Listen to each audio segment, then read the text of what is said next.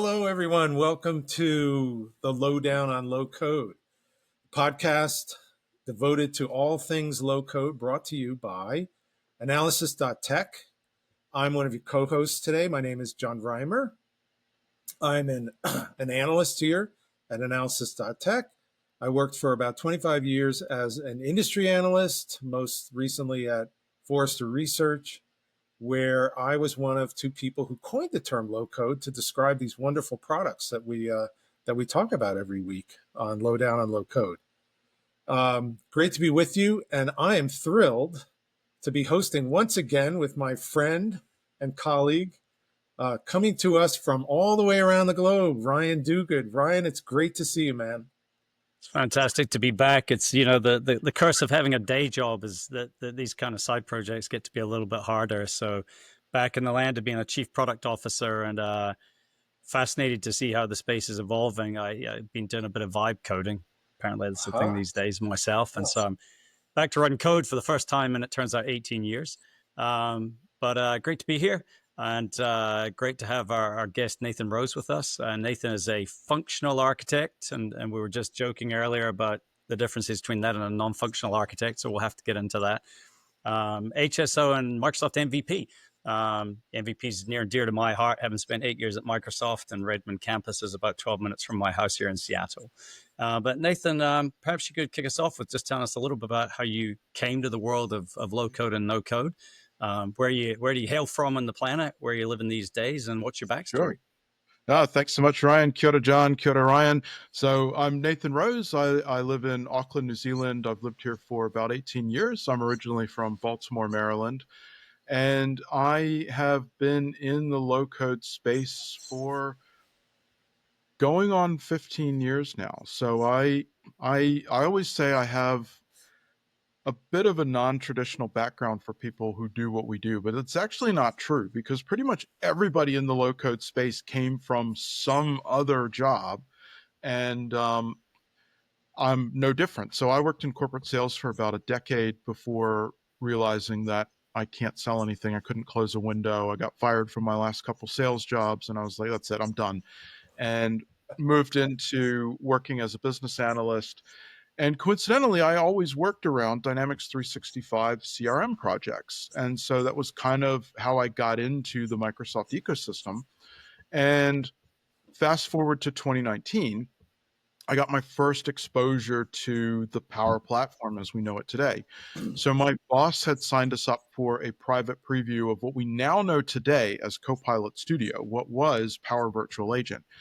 And so I got my first exposure. I got to, I learned Power Automate. I literally had the product team in Redmond writing JSON so that I could hook up to Dataverse, because none of that was a thing back in 2019.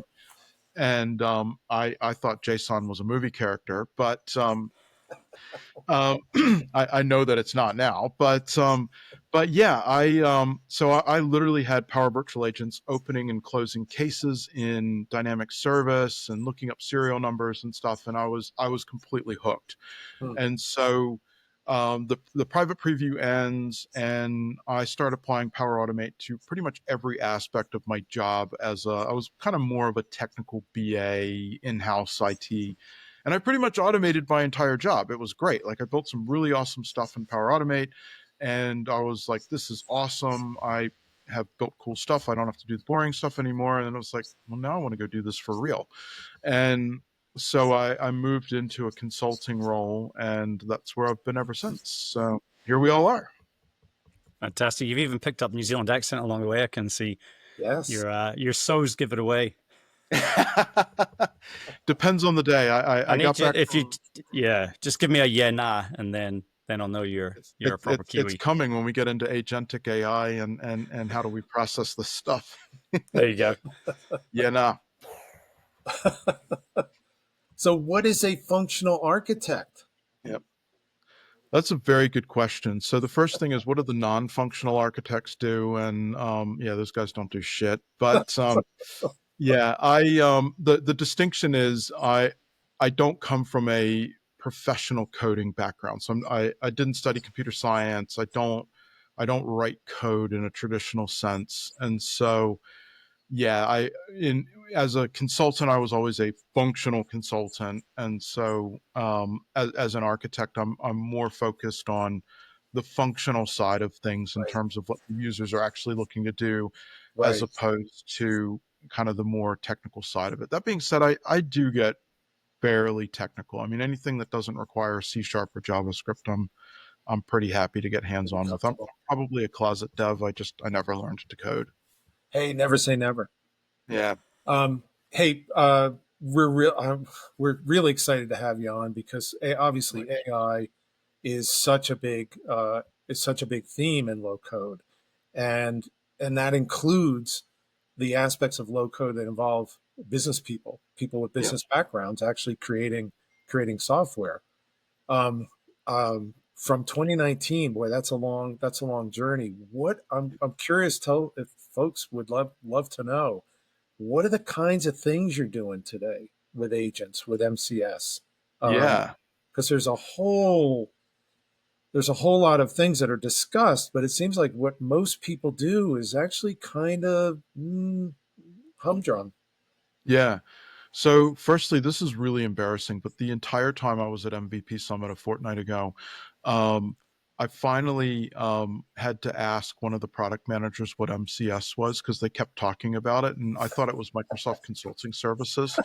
It's not. It's Microsoft Copilot Studio. So, yeah, if yeah, that was a little embarrassing, but so now that we all know that, yeah, I have, I guess my first thing that I built, I'm very big on doing a hello world, right? Just do something really simple, get your head around it. Uh-huh. It's that whole, like when you're learning to do things like, archery, bring the targets closer to, actually do the thing. And then you build that confidence to go further with it. So I'm still building, I guess, fairly simple things. Like you hear people talk about having teams of agents and fleets of agents, and I've not gotten to that step yet.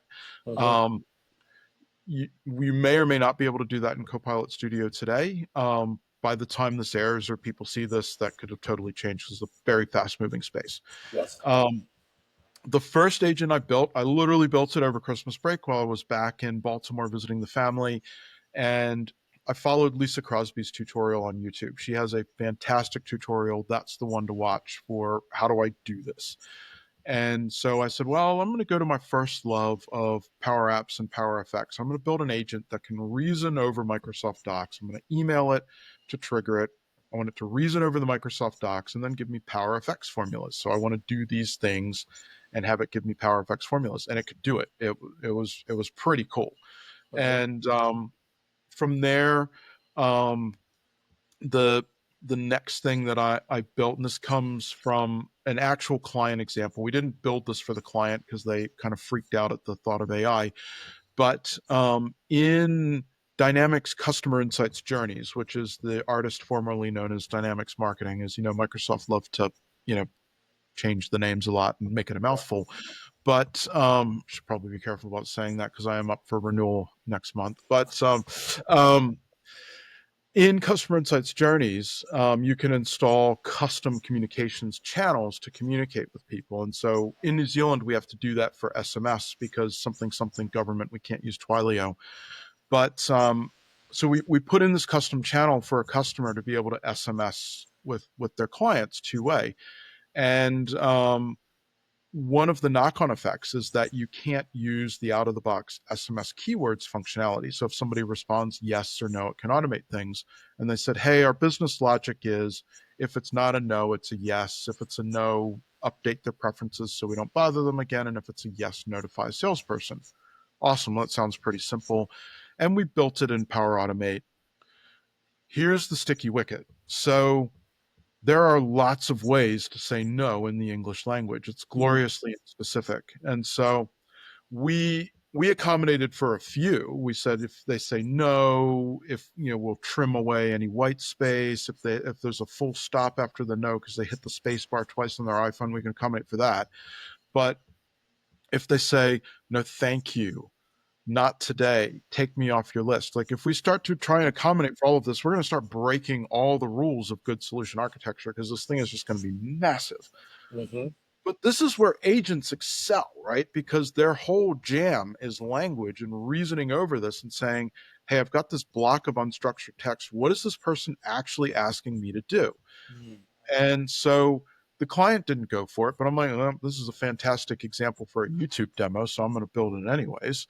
And it works, right? You can, it totally works. You can give it kind of complex things. Now you in some of the in the video on YouTube, I did manage to fake it out. I didn't go full whole hog Kiwi with but I gave it the I'm not interested, but maybe another day type of thing. But I did when I filmed the demo, the deep reasoning option wasn't available. That's in preview now. I think it might have just gone GA. This it's all moving really fast, Yep. but I switched that on and I started throwing more complex scenarios at it, and it was getting them right. And Wow. it's like, this is crazy. So, you think these kind of complex scenarios that I mean, in boxes and diamonds, it's really simple, but building this technically is really complex. Right. But it's super simple with an agent because we just give it a basic job instruction and say, hey, reason over this, use your general knowledge. We didn't even have to do any RAG or give it any specific knowledge. Just use that LLM at your core to figure out what this person wants to do. And once you've figured that out, call automation A or call automation B. So That's yeah, awesome. yeah. That's awesome. Thank you. I feel like an idiot for the ho hum comment. I wouldn't. So I'm going to turn it over to somebody really smart. Ryan, over to you. Yeah, so it's interesting, right? There's everything to your point. Like I spend probably too much time watching all the people right now who are using the N8N platform on YouTube to explain to you why things are, orchestrated agents. And it sort of, Yep. as a crusty old guy in the room from the workflow world, I'm like, that looks like a workflow to me. Yep. And it's just, and to your point, diamonds and boxes, right? But yeah. so there's obviously things it's good at. So you can start with a simple, to your point, like here's some text, reason over it, sentiment, all those kind of good things that are hard to do deterministically.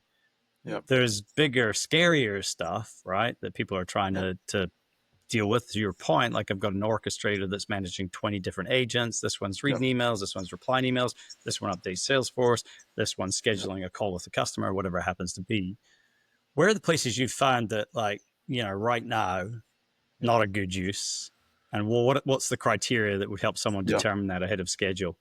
Yeah, this is a fantastic question. So I'm sure we all remember where we were right before Christmas when Satya dropped the mic and said that SaaS was dead and everything was going to be agents moving forward. And look, I'm always uncomfortable disagreeing with people who are a lot smarter than me, but that comment sat uncomfortably with me because the reality is deterministic automation works really well. Do you really want an LLM determining payroll? I don't think so. Because LLM, they're like us, right? I mean, if you ask me the same question 2 times in a row, I'm not going to give you the same answer, and I can't tell you how and why I said or did what I did, right? LLMs are exactly the same, and so they are fantastic in certain areas, but there are times when you don't need it.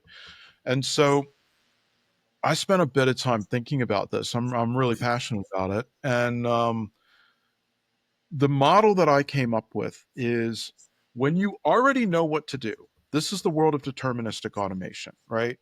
Power Automate, plugins, whatever it is, we take inputs, we do the thing, and we produce an output. We know exactly what we're doing. We're running payroll, right? This it's going to work this way every time.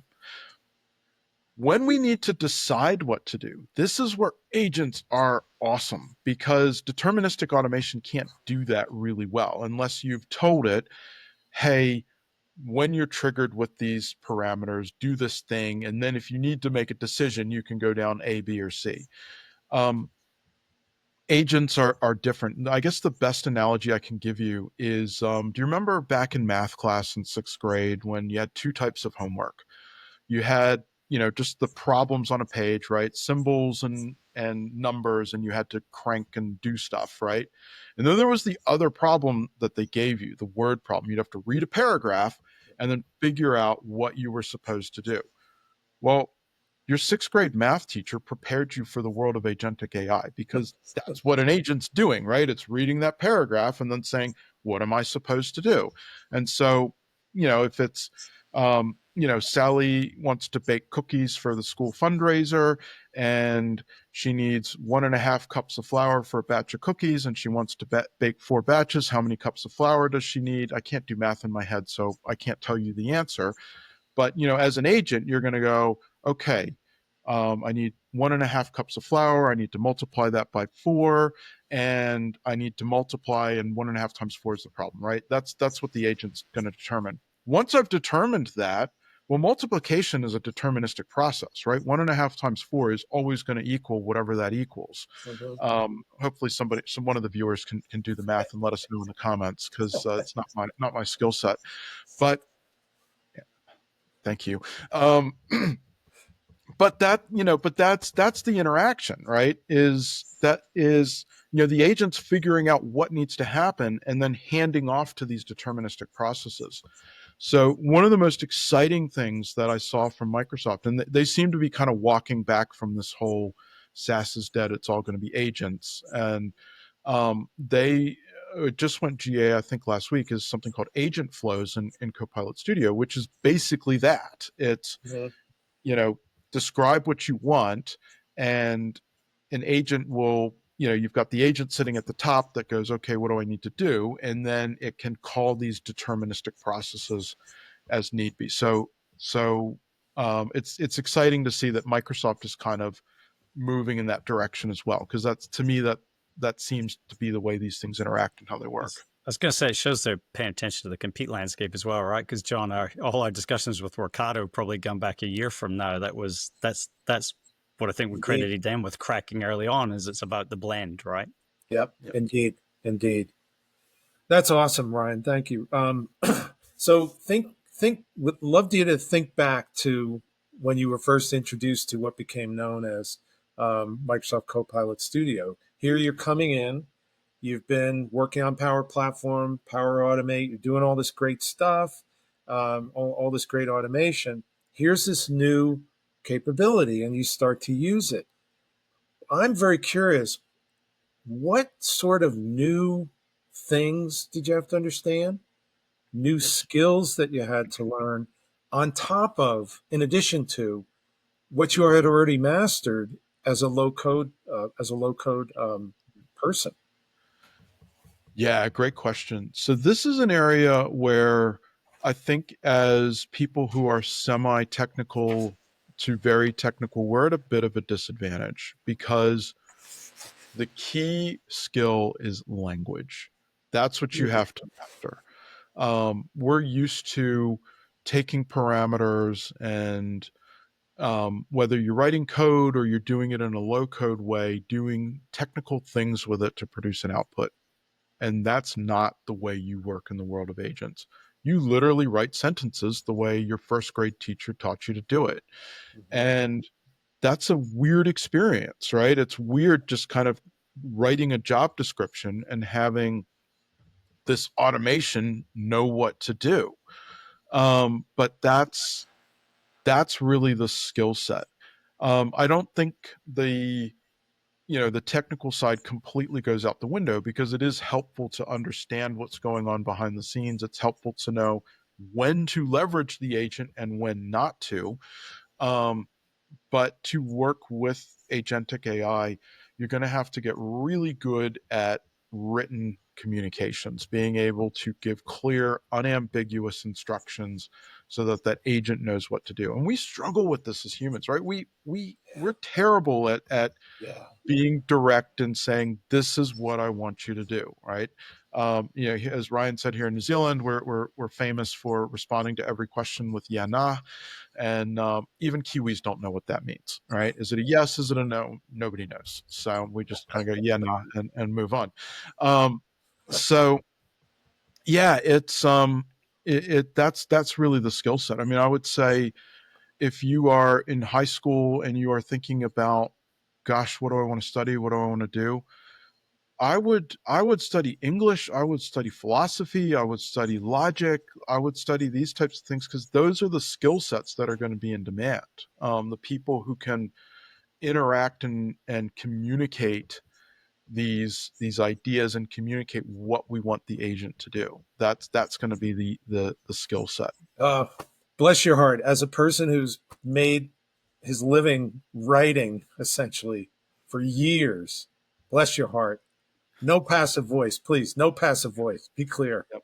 Anyway, Nathan, thank you. That's awesome. Quick promotional break here, guys. Again, this is the podcast Lowdown on Low Code. We come to you just about every week with topics and leaders in the field of low code development. If you would like to learn more about analysis.tech, the firm that produces this podcast, you can contact us at analysis.tech. It's that simple. You can get in touch with myself. You can get in touch with our colleagues Ryan, Rob Koplowitz, Dave Marcus, Francis Carden, Andy Bartels, Rick Greenwald to work through strategy questions, strategy issues in and around low code. If you like what you're seeing here, why would you not? Please subscribe on our YouTube channel, hit the like button, tell your friends. We're here every week. There's a lot to learn from folks like Nathan that we're fortunate enough to have today. Okay, Ryan, back over to you.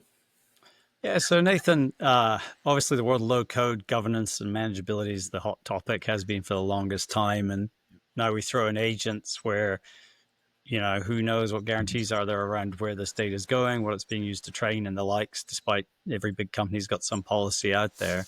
In terms of your work in this space, how are you thinking about governance and manageability as it relates to use of agents, what the agents are doing, where they're working, how people are tracking them and their impact and making sure things don't go off the rail? Are you getting what you need from vendors like Microsoft, or are you having to roll your own like we did back in the day with low code platforms? Yeah, no, that's a fantastic question, Ryan. So in some ways, I'm probably the worst guy to ask this question because I just want to build the thing. I when I before I became a consultant, when I had first learned Power Platform and automated my entire job, about a month after I took my first consulting role and had moved on, I got a panicked call from my boss, and she was like, "All the things have stopped working. What's going on?" So we jumped on a Teams call, and I'm like, "Oh yeah, all the flows have turned off." Because they were under my user. They were using my user and my connection. And when my user was turned off, it all stopped working. And so, this is it's really important. When I was flying back from Summit a fortnight ago, I was listening to Taylor Swift's 1989 album. Don't Judge, it's a good album, and she has some pretty clever things to say about AI and governance. In one of her songs, she quips that. Baby, I'm a nightmare dressed like a daydream. And AI and low code is a nightmare dressed like a daydream, right? If you don't govern it properly. The example of, well, we did it in the context of Nathan's user and then he moved on and everything stopped working. I mean, that's like, that's low stakes. But you think about agents that have access to data, that can do things, that can reason and make decisions. And suddenly, yeah, we've got a whole new ball game that we need to start thinking about. Um, and everybody is thinking about this. I would say the real opportunity is to just start, being a thought leader in the space, just putting out ideas about this because the rules haven't been written yet, right? In 2 years, they will be. There will be rules and certifications and TOGAFs and all that fun stuff. But right now, there isn't. And so, um, this is the opportunity now to say, here's how I think this stuff should be governed, and let's try to do this in a way that we don't completely cause an issue. I mean, I guess the best analogy I could give you is that AI and agents they're like an 18-year-old in a lot of ways, right? So when you're 18, the only thing that magically happens is that you can now legally do all this stuff that you were physically, intellectually, whatever capable of doing at 16 and 17.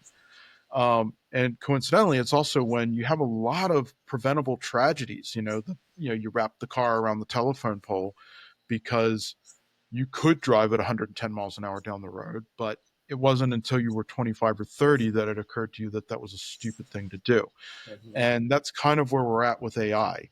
It's legal, it's approved, it can do a lot of very impressive things, but we need to put these frameworks in place to make sure that we don't wrap the car around the pole.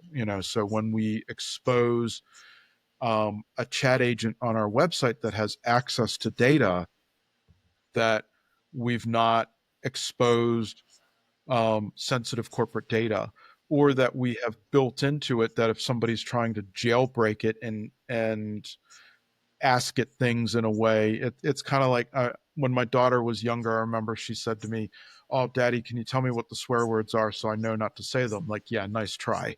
uh, and but people do this with chat agents, right? And if you haven't properly secured it, it'll go, "Oh yeah, well, the things that you shouldn't know are this, this, and this," right?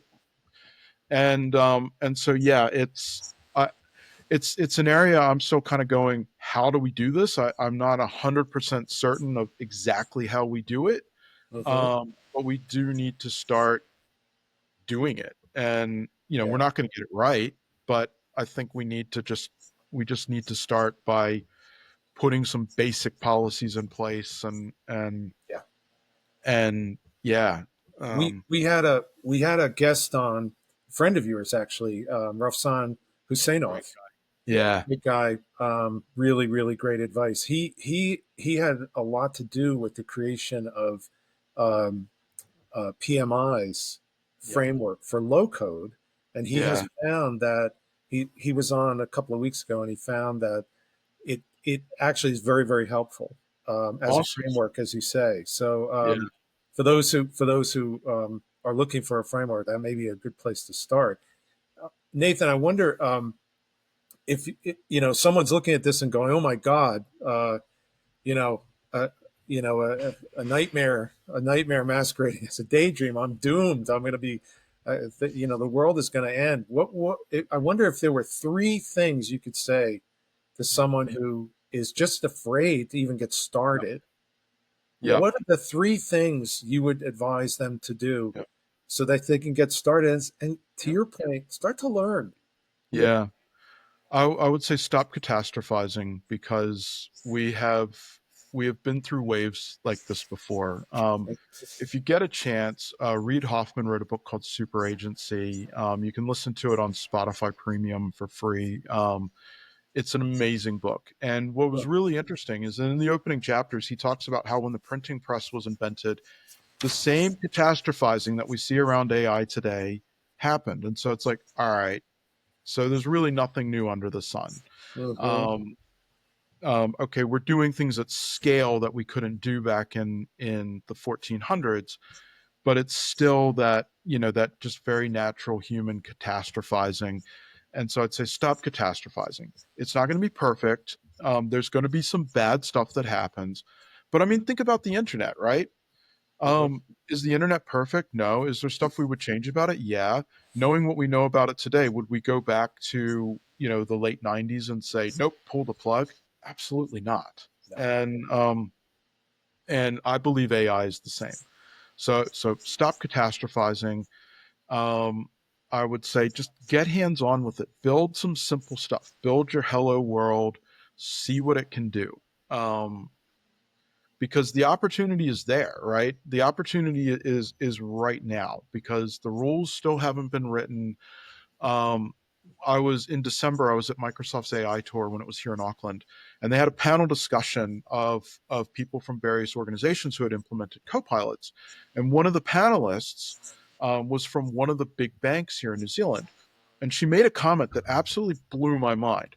She said, when we were assembling this team to implement Copilot, we couldn't just go out to recruit the AI people. They don't exist. We Mm-hmm. had to build this capability in house. And for me, it was one of those theory of everything moments, because it's like, this is the opportunity, right? anybody can go do this thing. Now, in 18 to 24 months, there will be certifications and gatekeepers and rules and whatnot. But until then, like, this is one of the biggest opportunities in history. So I would say jump on it. Just get hands on, learn how it works.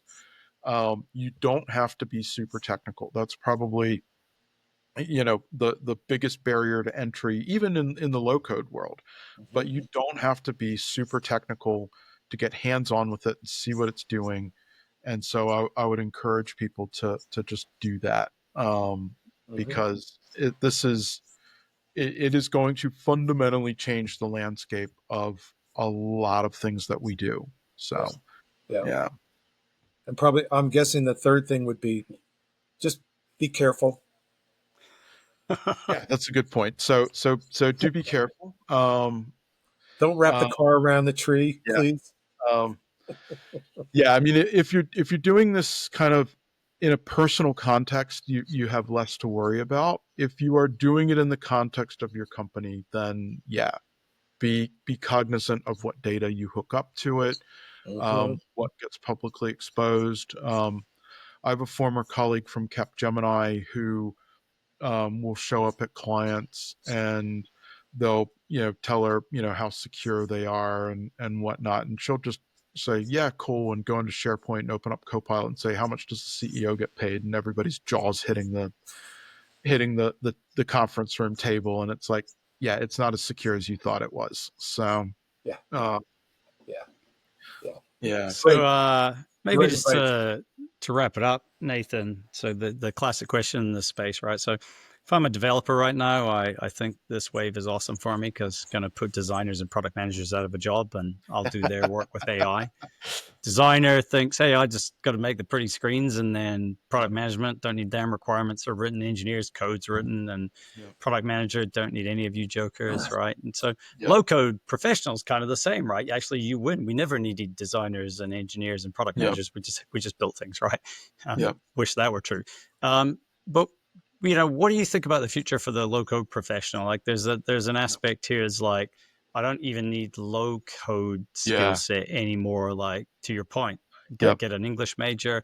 I'm probably better positioned than anyone with a little philosophy to get these bots to do my work. So what are your thoughts on the future for the low code developer? Yeah, that is an interesting question. I've spent a lot of time thinking about this because back at the Global Power Platform Bootcamp in February, a former colleague of mine gave a demo that had us all picking our jaws up off the floor, and he was using the native Dataverse Git integration and using an LLM to do stuff that would take someone hours.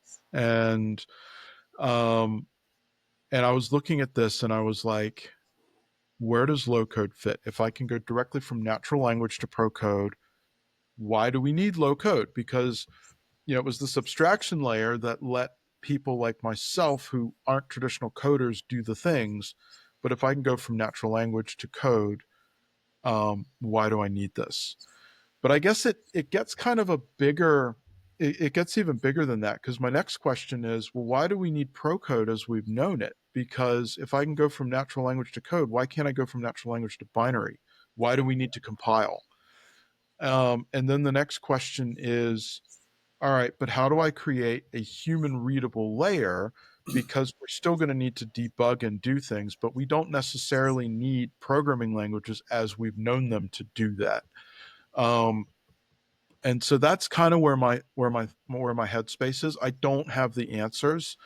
I would love to see Power Effects move into that space just because it's near and dear to my heart. And I think Microsoft have created something that's absolutely incredible. I mean, the fact that it compiles to, at the moment, at least 3 different languages, and the only thing you just care that you're working in the context of Power Apps or Dataverse, and it compiles using the same expressions. That's amazing, right? And so I think Power Effects could potentially plug that gap, or it could be something totally new that we invent. But yeah, I think there are aspects of low code that will live on. I think things like Power Automate and having that graphical interface for defining process logic is really important.